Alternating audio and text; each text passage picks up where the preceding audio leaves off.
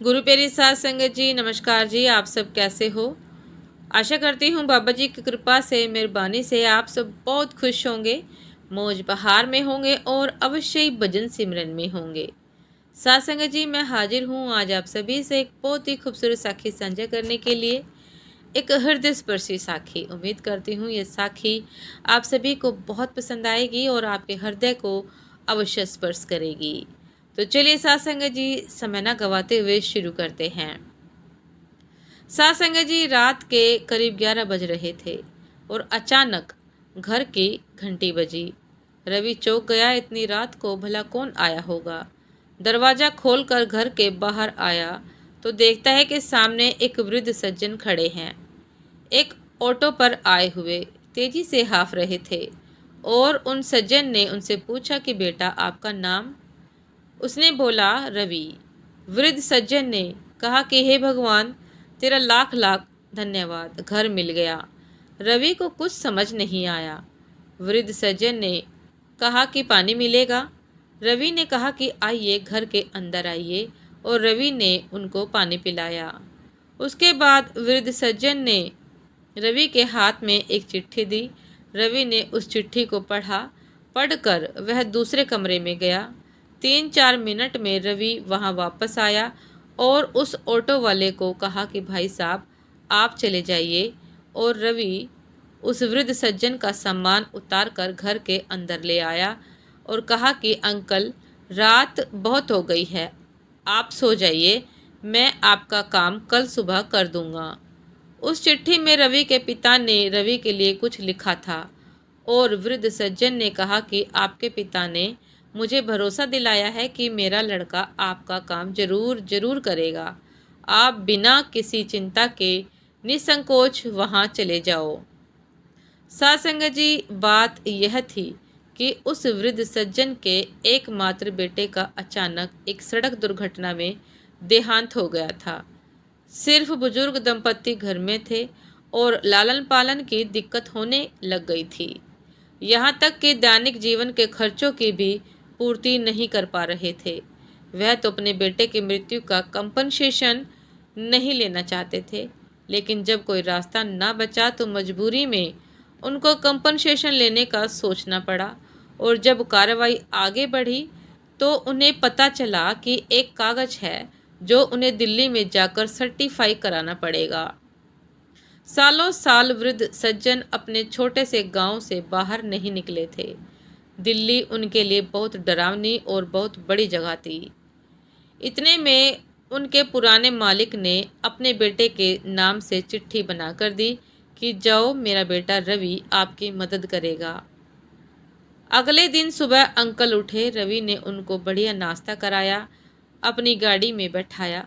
रवि ने छुट्टी ली और छुट्टी लेकर रवि उस ऑफिस में गया जहां बहुत मेहनत मशक्कत करके आखिर वह दस्तावेज निकलवा दिए। दस्तावेज सर्टिफाइड कराने के बाद अंकल के बस की टिकट करा दी। टिकट के साथ मिठाई का एक डिब्बा भी दिया और बस स्टैंड पर छोड़कर निकलने ही वाला था कि इतने में उस वृद्ध सज्जन ने हाथ जोड़कर कहा कि रवि, तुम्हारे पिता धन्य हैं कि उन्होंने तुम्हारे जैसी संतान को पैदा किया। वे बहुत भाग्यशाली हैं। तुम कुछ कहना चाहते हो क्या? मैं आपके पिता को संदेश दे दूंगा।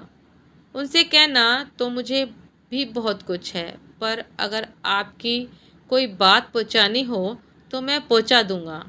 रवि एक पल के लिए एकदम शांत हो जाता है, फिर धीरे से कहता है, माफ़ कीजिएगा अंकल, आपसे एक बात कहना चाहता हूँ। वे सज्जन बोले कि कहिए ना बेटा। रवि ने कहा कि अंकल, मैं वह रवि नहीं हूँ जिससे आप मिलने आए थे। उस पर उस वृद्ध सज्जन ने हैरानी से कहा कि पर बेटा, तुम्हारे मकान के बाहर तो रवि निवास लिखा था। हाँ, वह मेरा रवि निवास है।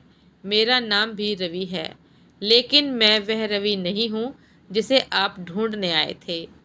उस वृद्ध सज्जन को कुछ समझ नहीं आया तो रवि बोला, कल रात को जब आप आए थे तब आप हाफ रहे थे, लेकिन आपकी आंखों में वह उम्मीद थी कि उनका बेटा आपकी मदद जरूर करेगा।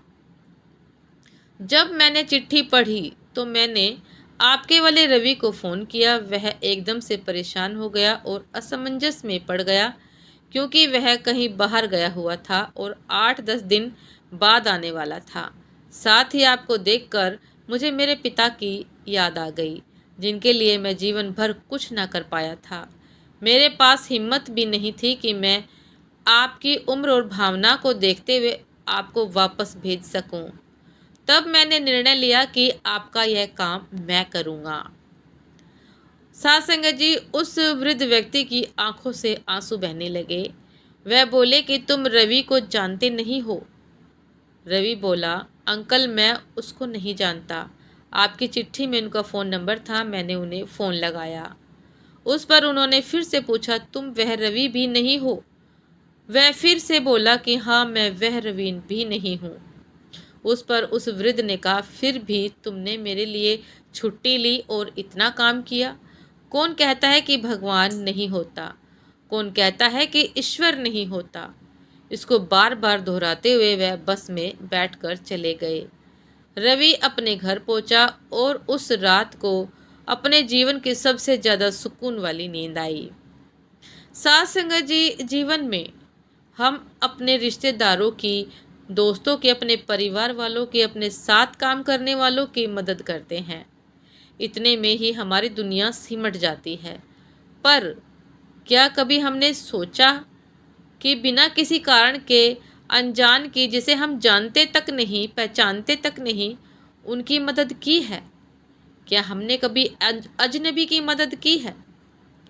साथ संगत जी, एक बार ऐसा करके देखे, हम भी चैन की ऐसी दशा का अनुभव करेंगे जिसे शायद हम सभी खोज रहे हैं। साथ संगत जी, ये थी आज की एक बहुत ही खूबसूरत साखी कि आजकल के इतनी मतलबी दुनिया में ऐसे सज्जन व्यक्ति भी हैं, सज्जन पुरुष भी है, सज्जन जीव भी हैं, जो अपनों की ही नहीं अजनबियों की भी मदद दिल खोलकर करते हैं। ऐसे व्यक्तियों के लिए दासी का उनके सिर चरणों में नमन, क्योंकि साथ संगत जी, ऐसे व्यक्तियों की वजह से ही यह संसार चल रहा है। मालिक का नाम जिंदा है, निरंकार की महिमा चल रही है। साथ संगत जी, ये थी आज की एक बहुत ही खूबसूरत साखी। उम्मीद करती हूँ यह साखी आप सभी को बहुत पसंद आई होगी। साथ संगत जी, आपसे फिर मुलाकात होती है एक नए सब साखी के साथ, एक नए विचार के साथ। नमस्कार जी।